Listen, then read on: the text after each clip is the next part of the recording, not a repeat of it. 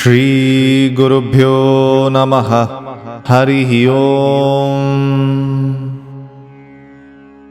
Rama continued, all enjoyments in this world are delusions, like the lunatic's enjoyment of the taste of fruit reflected in the mirror. All the hopes of man in this world are constantly destroyed by time. Time alone, O sage, wears everything out in this world. There is nothing in creation which is beyond its reach.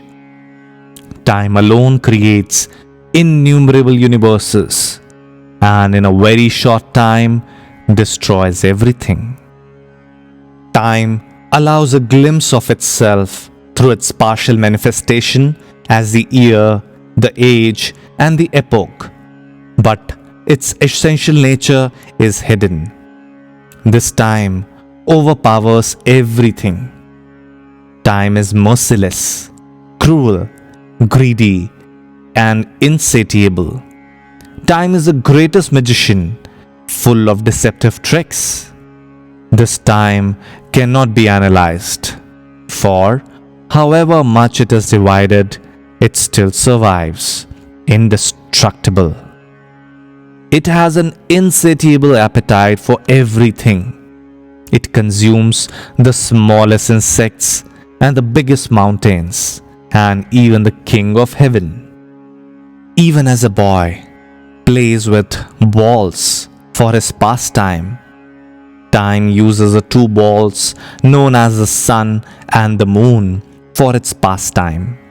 It is indeed time alone that appears as the destroyer of the universe, Rudra, the creator of this world, Brahma, and the king of heaven, Indra, the lord of wealth, Kubera, and the nothingness of cosmic dissolution.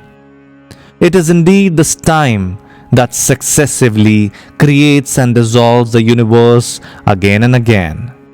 Just as even the great and the mighty mountain is rooted on earth, this mighty time is also established in the absolute being, the Brahman. Even though time creates endless universes, it is not weird, nor does it rejoice. It does not come, nor does it go. It does not rise, nor does it set. Time, the gourmet, sees that the objects of this world have been ripened by the fire of the sun, and when he finds them fully ripe, he consumes them. Each epoch of time is decked, as it were, by the lovely jewels of colorful beings for the pleasure of time that wipes them all out playfully. To the lotus of youthfulness, time is the nightfall. To the elephant of the lifespan, time is the lion. To this world, there is nothing high or low that time does not destroy. Even when all these are destroyed, time itself is not destroyed.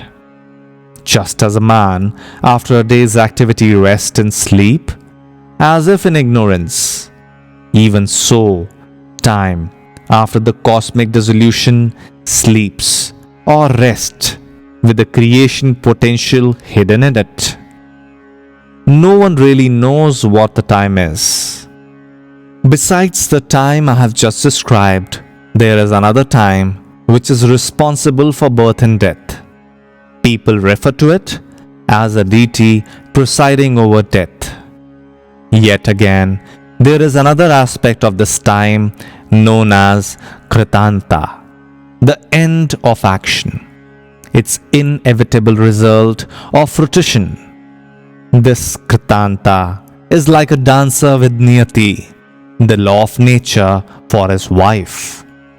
The two together bestow on all beings the inevitable fruit of their action. During the course of the existence of the universe, they are unwinking in their vigilance and unflagging in their zeal. When time thus dances in this universe, creating and destroying everything, what hope can we entertain? Kritanta holds sway even over those whose faith is firm and make them restless. On account of this Kritanta, everything in this world is constantly undergoing change. There is no permanency here. All beings in this world are tainted with evil. All relationships are bondages. All enjoyments are diseases. And desire for happiness is only a mirage. One's own sins are one's enemies. The reality has become unreal. Even own mind has become one's worst enemy. Egotism is the foremost cause for evil. Wisdom is weak. All actions lead to unpleasantness, and pleasure is sexually oriented.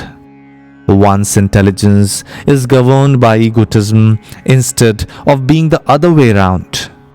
Hence, there is no peace nor happiness in one's mind. Youth is fading. Company of holy ones are rare. There is no way out of this suffering. Their realization of truth is not to be seen in anyone. No one is happy at the prosperity and happiness of others, nor is compassion to be found in anyone's heart. People are getting baser and baser by the day. Weakness has overcome strength. Cowardness has overpowered courage. Evil company is easily had. Company of good is hard to come by.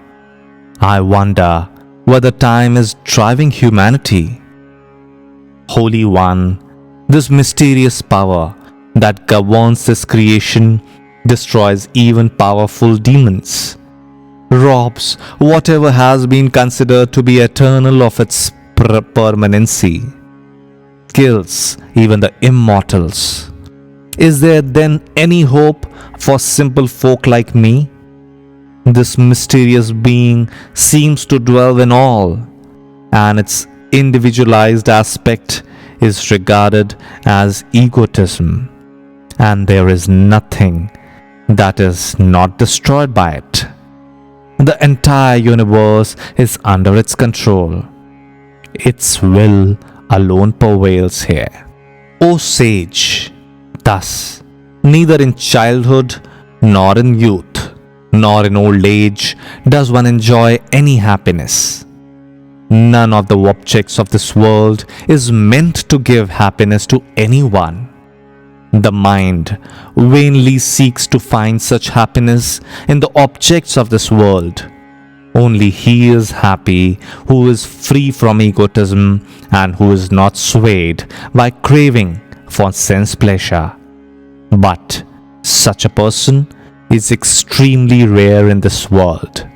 Indeed, I do not regard him as a hero who is able to battle successfully against a mighty army. Only him I consider a hero who is able to cross the ocean known as the mind and the senses.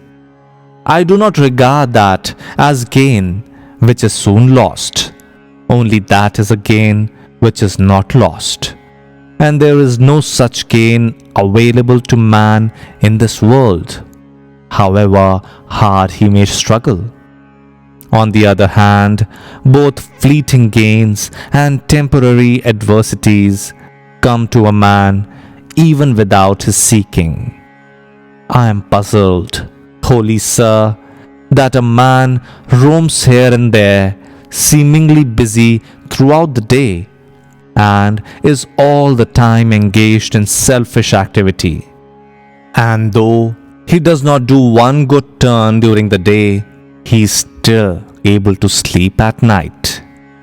Yet, even though the busy man overcomes all his earthly enemies and surrounds himself with wealth and luxury, and even when he boasts that he is happy, death creeps upon him. How it finds him, only God knows. In ignorance, man binds himself to wife, son, friends. He knows not that this world is like a large pilgrim center where countless people come together coincidentally, and that whom he calls his wife, son, and friends are just among them. This world is like a potter's wheel.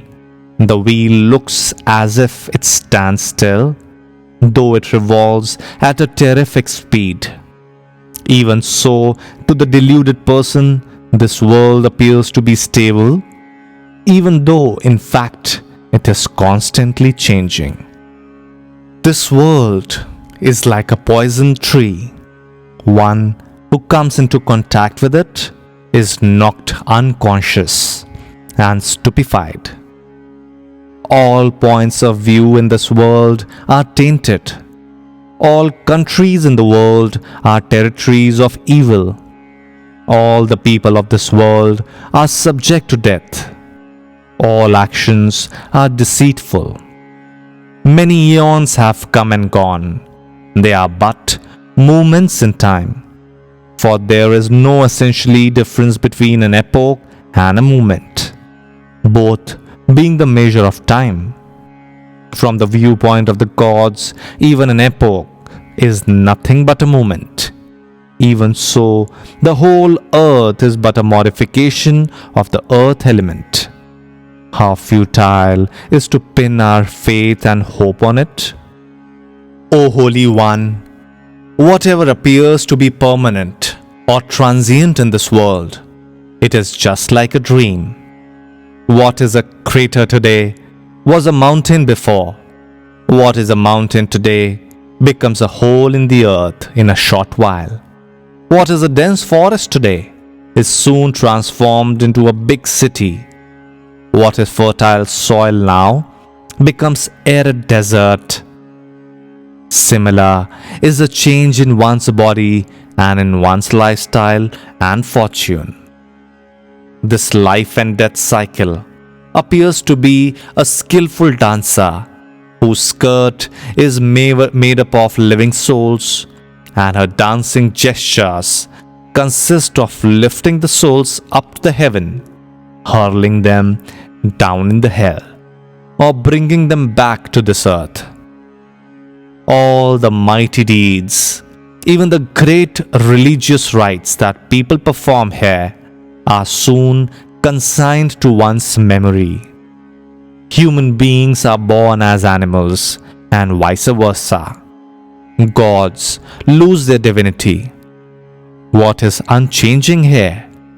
I see even the creator Brahma, the protector Vishnu, the redeemer Rudra, and other going towards destruction.